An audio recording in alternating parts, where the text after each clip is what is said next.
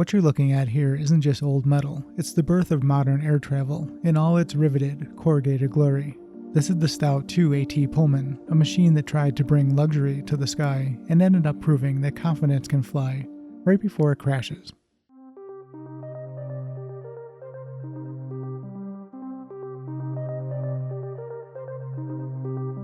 I'm Bill, and this is Buffalo Air Park. Let's dive in. Part 1. The Promoter and His Prayer.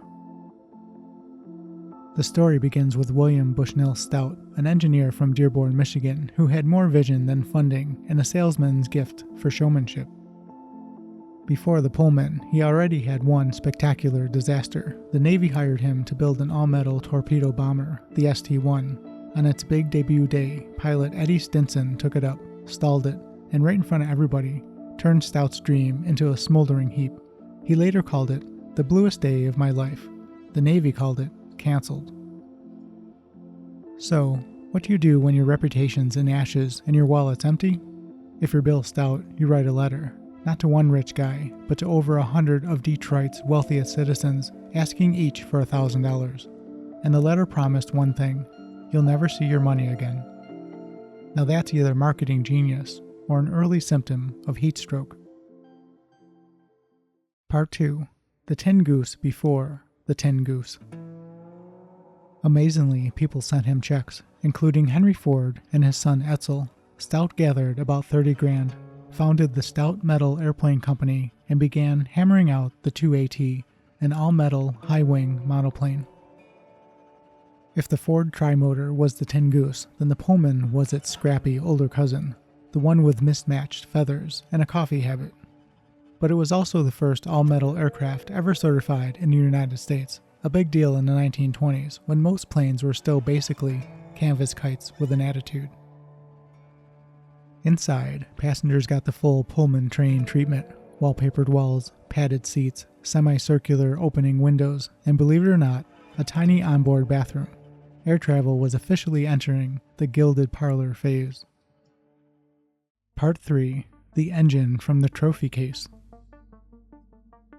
There was just one problem: horsepower. Stout's first prototypes were so underpowered they could barely clear the trees. One version, the made in Detroit, used a Liberty engine Stout supposedly borrowed from a trophy display at the Marmon automobile plant. Yes, you heard that right. He literally pulled the engine out of a showcase and bolted it to an airplane. That's what I call aviation on a budget.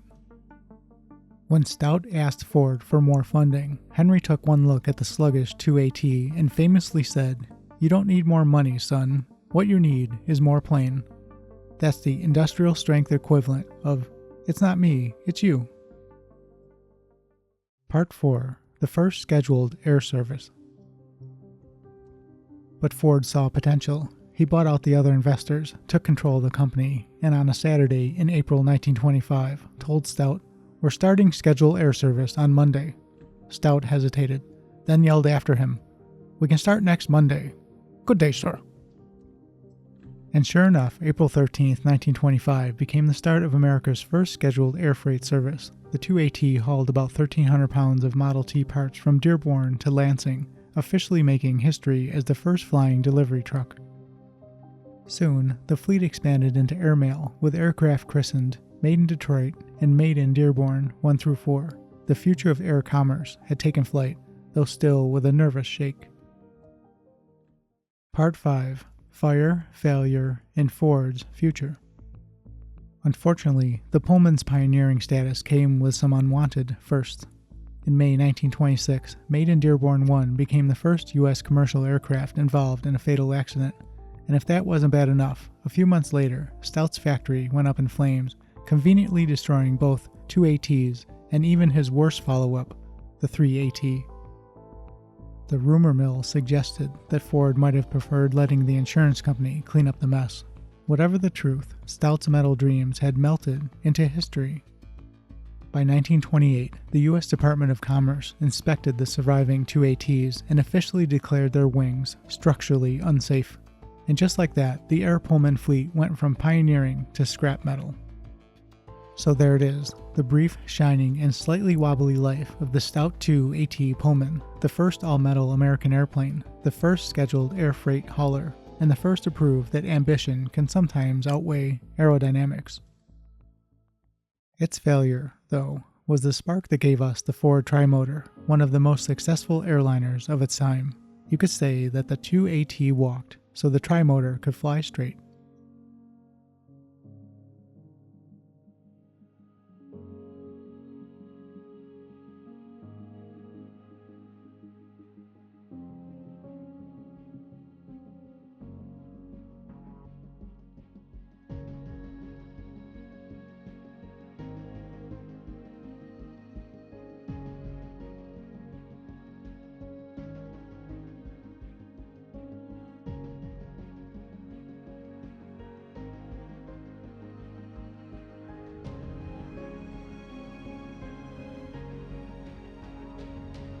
And that wraps up another tale from aviation's stranger side.